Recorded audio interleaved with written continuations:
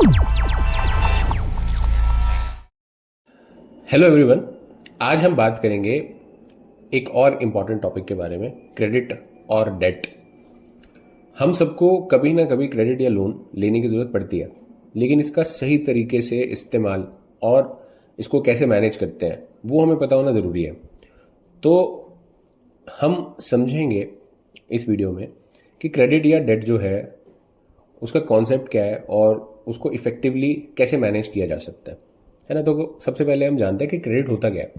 Credit का मतलब होता है कि जब आप किसी से पैसे उधार पे लेते हो, राइट, उससे इंटरेस्ट के साथ आपको वापस करना पड़ता है, क्योंकि आपने जो पैसा लिया उसको आप इंटरेस्ट दोगे, राइट। तो ये पैसों का जो आपका शॉर्ट टर्म या लॉन्ग टर्म गोल है ना, तो ये पैसों को आप अपने उस गोल के हिसाब से उसको अचीव करने के लिए बेसिकली यूज़ करते हो। लेकिन अगर इससे सही तरीके से आप मैनेज नहीं करोगे ना, तो आपके लिए ना प्रॉब्लम बन सकती है। ठीक है, तो मैं थोड़ा पहले बता देता हूँ क्रेडिट होते किस किस तरह के हैं, तो आप थोड़ा रिलेट कर पाएंगे। तो पहले टाइप का क्रेडिट हो गया पर्सनल लोन, है ना। जब आपको कोई भी पर्सनल खर्चा करना है, जैसे आपको वेकेशन या घर के लिए कोई चीज़ खरीदनी है, तो आप पर्सनल लोन लेते हो, राइट, वो आप ले सकते हो, है ना।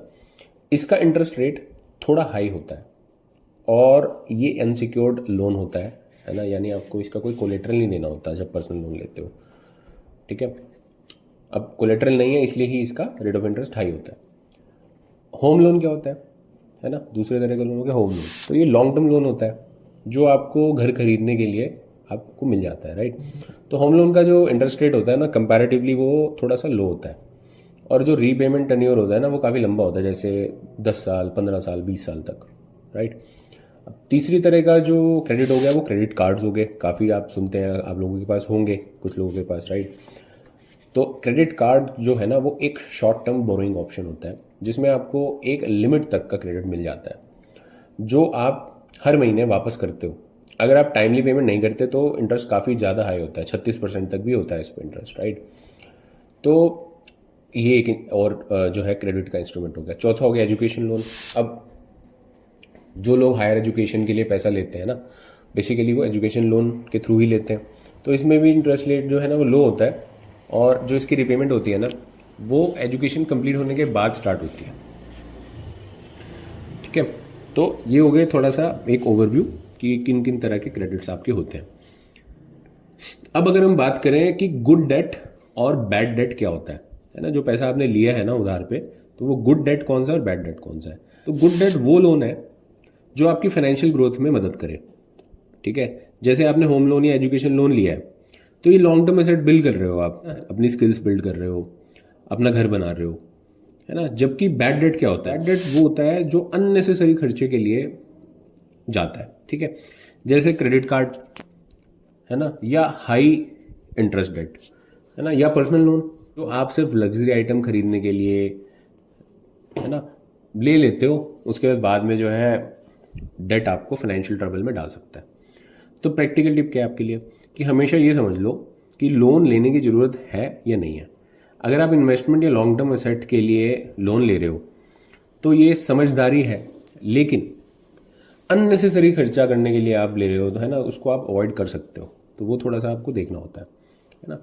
आप पैसा कमा रहे हो अभी या आप कमाने वाले हो, ये चीज़ों का ध्यान जरूर रखना, क्योंकि डेट एक ऐसी चीज़ है जो किसी को बना भी सकता है और किसी का गेम खराब भी कर सकता है ना। तो डेट को कैसे मैनेज करें, आपको जो भी आपने अगर डेट ले रखा है तो उसका ईएमआई या क्रेडिट कार्ड का बिल आप उसको टाइमली पे करें, है ना।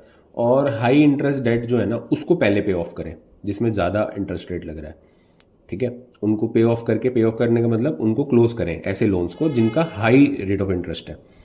और जो तीसरी चीज़ है वो है कि कंसोलिडेशन करें, कि अगर आपने जैसे मल्टीपल लोन ले रखे हैं और आप स्ट्रगल कर रहे हो, तो आप क्या करें, एक ही ऑप्शन हो सकता है आपके पास इस केस में, क्या कि आप जो है ना अपने सारे हाई इंटरेस्ट लोन को ना एक सिंगल लोन अमाउंट में कन्वर्ट कर लो जो लोअर इंटरेस्ट पे हो, है ना। अब ये थोड़ा सा ना आपको इसमें फाइनेंशियल प्लानर की भी हेल्प लगेगी, क्योंकि सारी चीज़ आप खुद नहीं कर पाएंगे, बट थोड़ा सा आप इस पर देख सकते हो, है ना। देन आप अवॉइड कर सकते हो टेकिंग मोर डेट। कैसे, अगर आप ऑलरेडी एक लोन रीपे कर रहे हो तो जब तक वो लोन खत्म ना हो जाए ना, तो तब तक आप दूसरा लोन लो ही मत। ठीक है, तो ये थोड़ी सी टिप्स है आपके लिए। देन एक बहुत इंपॉर्टेंट चीज़ है जो हम सब स्ट्रगल करते हैं, जिसमें हम सभी लोग, वो है क्रेडिट स्कोर। तो आपका जो लोन रिपेमेंट का बिहेवियर है ना, उससे ना आपके क्रेडिट स्कोर पे बहुत इंपैक्ट पड़ता है। ये एक 3 डिजिट नंबर होता है जो आपकी क्रेडिट वर्दीनेस को रिप्रेजेंट करता है। तो अगर आपका क्रेडिट स्कोर अच्छा है तो आपको फ्यूचर में लोन लोअर इंटरेस्ट रेट पे मिल जाता है ना। तो क्रेडिट स्कोर हमेशा आपको मेंटेन रखना है। कैसे मेंटेन रखना है? टाइमली लोन रिपेमेंट्स करके या ईएमआई की रिपेमेंट करके, चाहे वो क्रेडिट कार्ड का हो या कोई भी लोन का इंस्ट्रूमेंट हो, आपको टाइम से उसकी पेमेंट करनी है। तो आप हमेशा अपना जो क्रेडिट स्कोर है ना, उसको मॉनिटर करते रहो और टाइमली पेमेंट ज़रूर करो, जिससे आपका स्कोर अच्छा रहे और लो रेट ऑफ इंटरेस्ट पे आपको अगर कभी लोन की ज़रूरत हो तो ले लो। ठीक है। तो दोस्तों, क्रेडिट जो है वो एक ज़रूरी चीज़ बन गया है, क्योंकि किसी के पास इतना पैसा होता नहीं है कि उसको सारी चीज़ वो ले पाए, राइट। खास करके मिडिल क्लास। तो मिडिल क्लास आदमी के पास क्या ऑप्शन बचता है ना, कि वो लोन लेके एटलीस्ट जो घर लेना है या कोई एसेट लेना है तो वो ले ले, और अपनी सैलरी से या अपनी इनकम से जो भी मंथली उसकी हो रही है उससे वो किस्तें चुकाता रहे, है ना। क्योंकि क्या होता है कि लॉन्ग टर्म में ना एसेट की वैल्यू तो बढ़नी ही है ना। तो थोड़ा सा आपको ये देखना पड़ेगा। आप देखो कि 20 साल पहले जिस घर में आप रह रहे हैं, अगर मान लीजिए वो आपका खुद का घर है या पेरेंट्स का घर है, 20 साल पहले उसका क्या दाम था, आप अपने पेरेंट्स से भी पूछ सकते हैं, है ना। तो आप उसके हिसाब से ना, आप अगर एफडी का रेट ऑफ इंटरेस्ट मान लो 7-8% भी आप लगा लो, है ना, तो 20 साल का आप 8% के हिसाब से रिटर्न देख लो और अपने घर की कीमत कितनी बढ़ी है वो देख लो, तो आपको समझ में आ जाएगा कि असेट बिल्डिंग का क्या रोल है और असेट बिल्डिंग के लिए क्रेडिट का क्या रोल है। वो आप रिलेट कर पाएंगे कि मैं क्या आपको समझाना चाह रहा हूँ। ठीक है। तो मैं ज़्यादा आपको इसमें और डीप में लेके जाऊँगा डेफिनेटली, बट होप आपको फिलहाल समझ आ गया है कि गुड डेट आपको आगे बढ़ने में मदद करता है, लेकिन बैड डेट आपको फाइनेंशियल ट्रबल में डाल सकता है, राइट। तो अगले टॉपिक में हम बात करेंगे इंश्योरेंस के बारे में, कैसे आप अपनी फाइनेंशियल रिस्क को इंश्योरेंस के थ्रू कवर कर सकते हो। तो मिलते हैं अगले वीडियो में। Thank you.